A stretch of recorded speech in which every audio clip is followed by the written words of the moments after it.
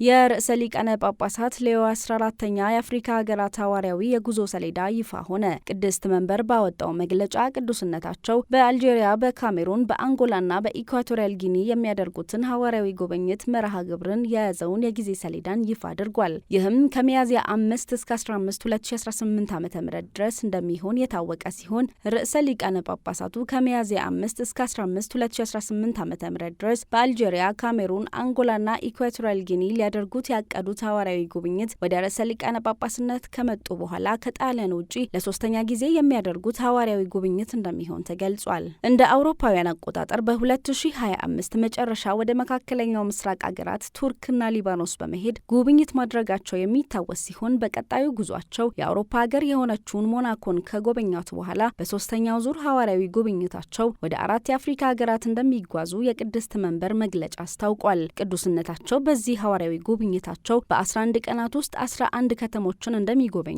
6 የሰላም ንግግሮችን እንደሚያደርጉ፣ 10 ንግግሮችን እንደሚያደርጉና 8 የቃለ ምዕዳን ንግግሮችን እንደሚያሰሙ ታውቋል። መረጃው የቫቲካን ዜና አገልግሎት ነው።